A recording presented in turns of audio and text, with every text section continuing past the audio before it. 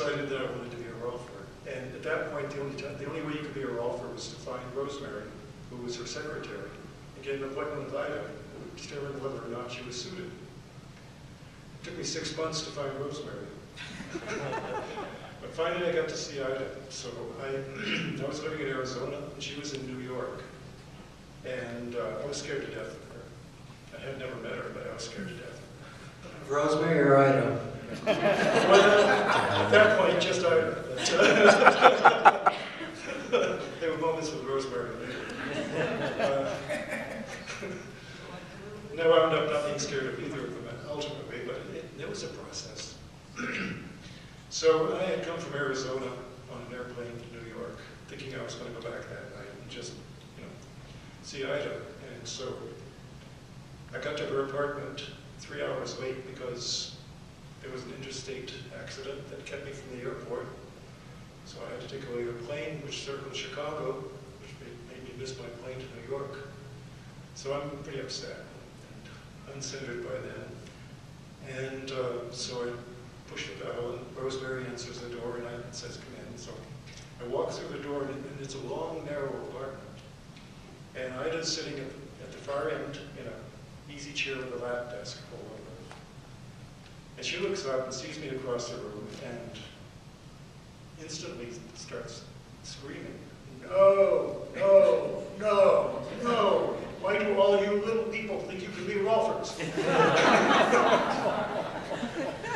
Which didn't put me at ease very much. No. And she said several other things about me, which were not too complimentary. And then finally said, "Well, since you're here, you might as well come in. You're late, you know. Come on in and tell me about yourself." And so I go in and stand in front of her. She looks at me and she said, "You need more work." She said, you can't do rolfing. You just can't do rolfing." And she said, and I said, "Well, more work be what I need to do." She said, "No, no." She said, you don't have any science. You don't have your anatomy. You don't have your physiology. You don't have your kinesiology. You don't have your biochemistry."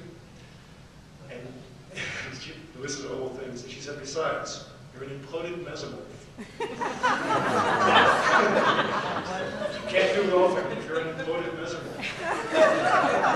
I had no idea what she was talking about. I knew something was happening, but I didn't know what. And finally I get enough courage to ask her, "Well, Dr. Rolf, how do you know that I'm an imploded mesomorph?" She said, "Well, I know it because I see it. You just see it." And I said, "Well, how do you see it?" And she said, "Okay, look out the window." And I did. She said, "Now tell me what you see." And I told her what I saw. She said, "That's how I see it. It's just there to see it." I still didn't know what an imploded mesomorph was. And finally she said, "What it means is that all your energy starts out and turns around and goes back in." She said, "It never comes out. It just implodes." She said, "Until you can turn your energy around, you'll never be able to do this work." And that was the bottom line. And I knew instantly that she was right, much as I didn't want to know. So she sent me away. Well, first of all, I said, "Well, how can I work on that?" And she said, "Well, Rosemary," she said, "what's the name of that thing you just did? What's the name of that thing you just did that you studied? And then, what's that called? Eureka, whatever that's called."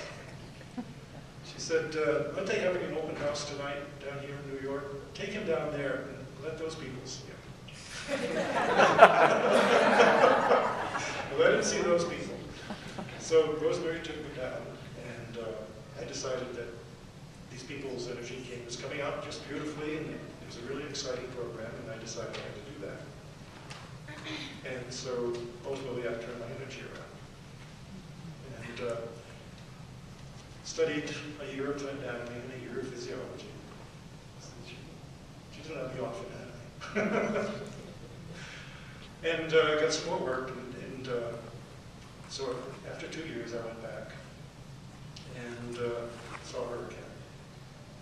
And I walk in and she says, "Look at that neck.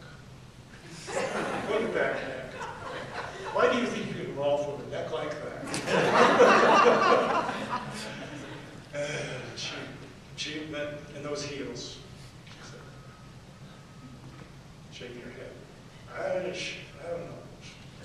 Why do you think you'd be a rolfer? So we had another conversation, and finally she agreed, okay, I will take you on provision. She said, I'll let you into a class you can audit. Doesn't mean you're going to be a rolfer, it doesn't mean I'm going to train you. I'll let you sit in there. And so, so I went to class after waiting 2 years, in 1973. And at that point in time, auditors were to sit. That was it. Sit. You couldn't ask questions, you couldn't say anything. If you were asked a question, you could respond, but you could not. You couldn't do anything but sit.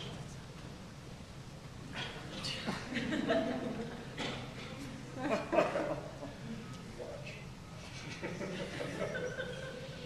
Waistline back, elbows up, talking about. Yeah, we were in a long, narrow room with a bathroom at the end.